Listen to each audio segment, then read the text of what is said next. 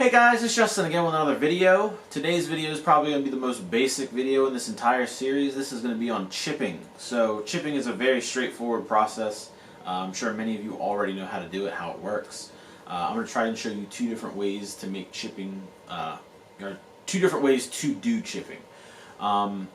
If you are not already aware, this series is brought to you by our friends over at Mechawarehouse. They are hosting a competition called Grunt Destruction.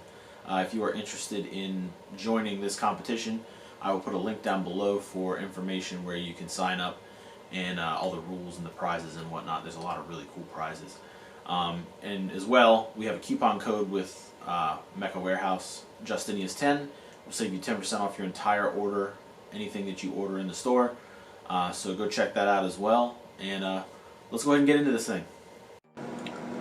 Alright, so now that we've got all of our streaking done, we've got our contrast done, we've done a pretty good bit of work to this model. It looks really good, I think. I think it looks a lot better than it did when we started.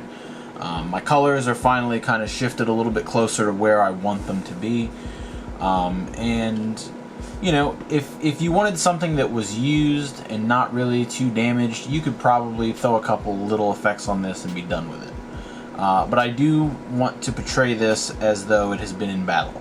So the next step for me is going to be this step that a lot of people probably would have done much sooner than this, and that's going to be chipping. So as far as this series goes, this is probably going to be the most straightforward video in it, just because I know a lot of people already know how this works. I know a lot of people already have a pretty good hold on this technique. I'm going to try and show you two different ways to do some chipping. But, you know, if you know how chipping works, there's not going to be a lot here for you. So, we're going to start with one of these little sponges. I got this, I think, at Walmart. You get like a pack of like 6 or 8 of these, and it's not very expensive. And really, I'm just going to rip a piece off, and that's probably enough to do this whole kit.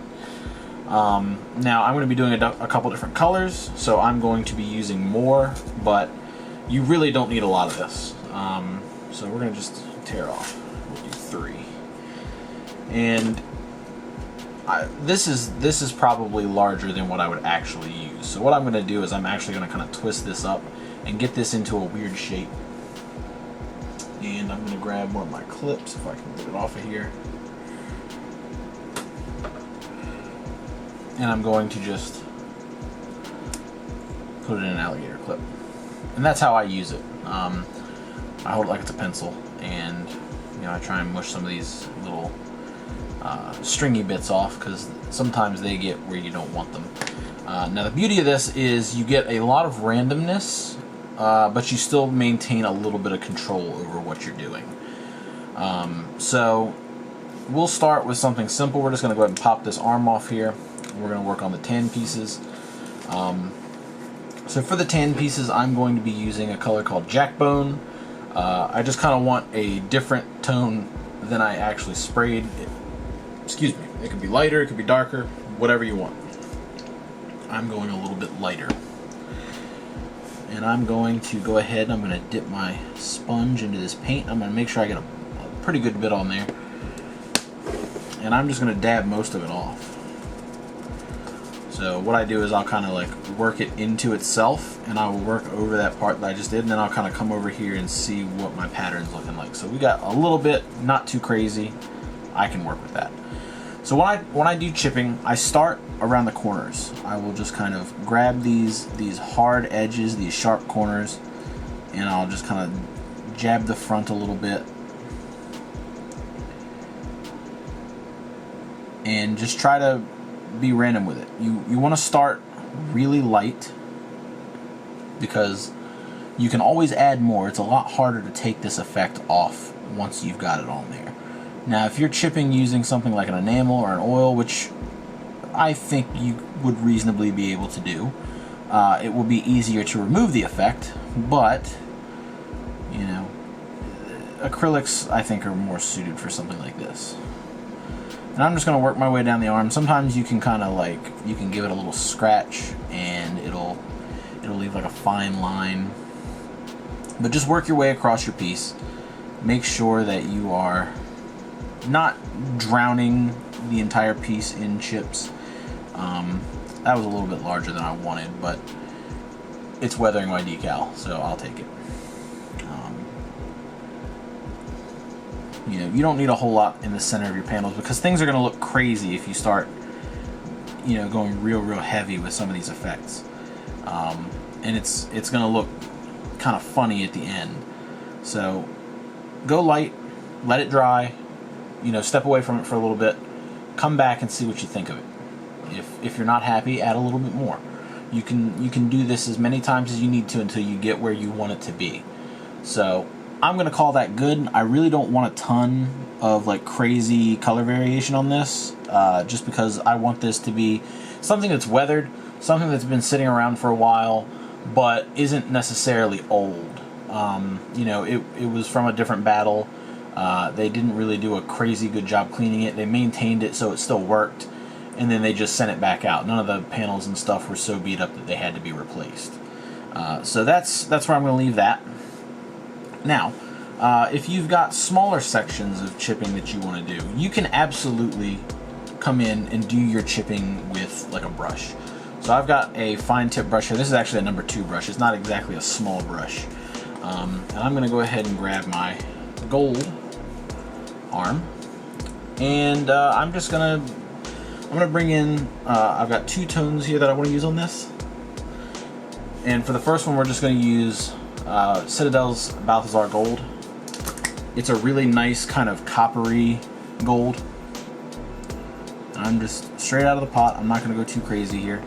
I'm going to follow the same kind of procedure. I'm just going to get in here and just kind of dot some of these edges and make it look like some of these, you know, it just adds more variation to what you're doing. So, you know, on this sharp corner here, and this is really nice for if you want to put chips somewhere where there's a lot of different, like if I didn't want to take this whole entire arm apart and I wanted to chip up here against this, I didn't want to get gold on this, so I'll come in here with a brush and I'll just kind of finesse it a little bit by hand. You just kind of touch it.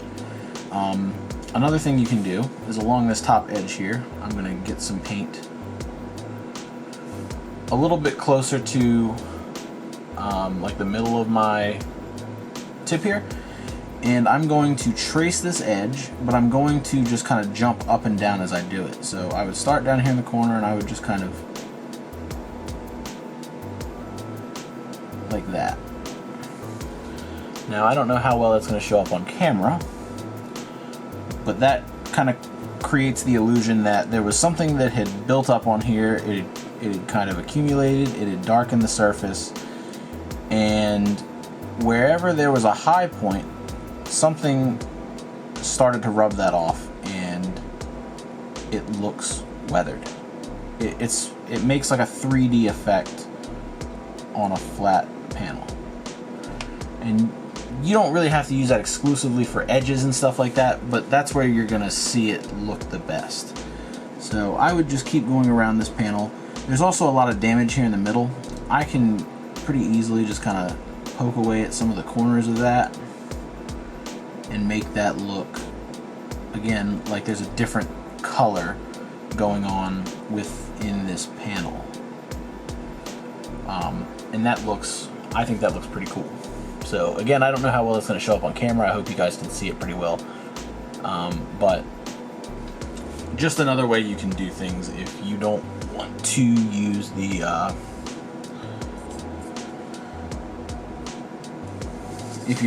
the sponge method.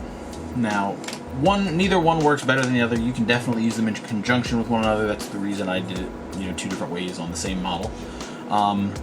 You know, otherwise, come in using a black, use a dark brown, use rust colors, use a primer color. You can actually use, if you have an acrylic primer, you can use an actual primer to create the illusion that the chipping doesn't go through to the metal, it goes through to the primer. You know, maybe it's a lighter chip. Play around, find something that works for you, and run with it. Again, like I said, this is going to be probably the most basic tutorial in this series. chipping is pretty straightforward. You don't want to use the exact same tone that you have on the model. Use something lighter or darker by a little bit. You know, you don't want to go super crazy here. And you know, create a little bit of variation in your surface. So that's going to be it for this one. See you guys next time. Thanks for watching, guys. I really appreciate you guys sticking around to the end. It means a lot to me. It helps the channel a little bit. If you guys are interested in more videos, there will be more videos probably here. If you are interested in supporting the channel a little bit further, we have a Patreon campaign and a t-shirt store down in the links below. So be sure to check those out if you like the content that you see. I'm always trying to make our content better. I'm trying to improve the way that I speak and edit and put things together for you guys and make things look nicer. It's been a long journey, and I want to thank everybody who's stuck around for the entire time that we've been around. So I'm going to put some patrons over here, and hopefully you guys have a great day. Thanks for watching. Later.